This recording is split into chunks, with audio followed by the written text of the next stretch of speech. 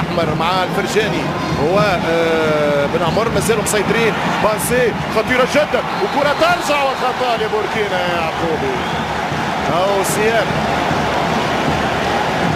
حذاري حذاري حذاري هذه الكره الاخيره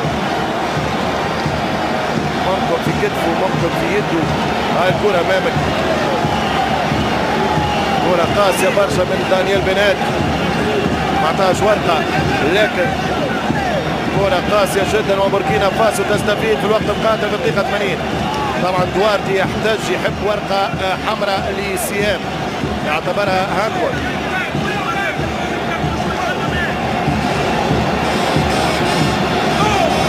يعني كيما سامح مدافعكم لاعب وسط ميدانكم كابوري عداها ايضا لسيام. كره خطيره لبوركينا كره خطيره لبوركينا في الوقت القاتل دقيقه 80. كره قاتله لبوركينا فاسو بالدقيقه 80. النتيجه 0-0 هنا في ليبروفيل.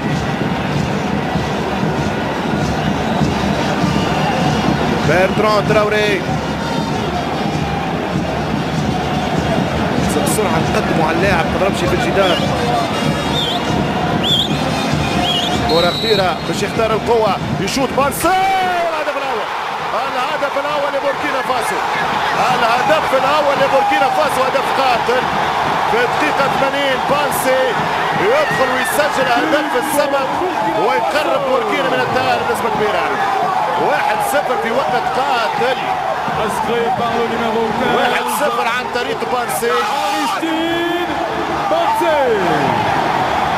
لا ادري لماذا غيرنا الفريق، لماذا غيرنا التشكيل، لماذا غيرنا الاسماء، لماذا 1-0 والمنتخب البوركيني يتقدم بأحقية في الشوط الثاني لانه في الشوط الثاني ما لعبنا شيء.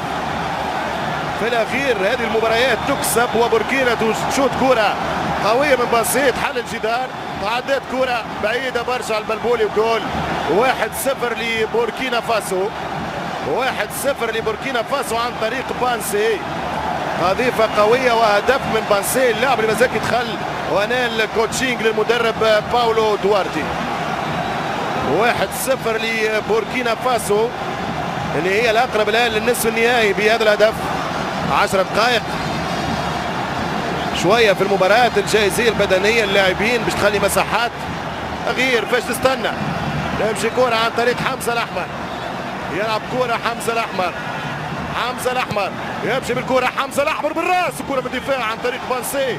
ترجع الكرة الفريق البوركيني أكثر رغبة الحقيقة أكثر روح. الفريق البوركيني خرج راس البوركيني يخرج راس والكرة والعربة والهدف الثاني لبوركينا فاسو.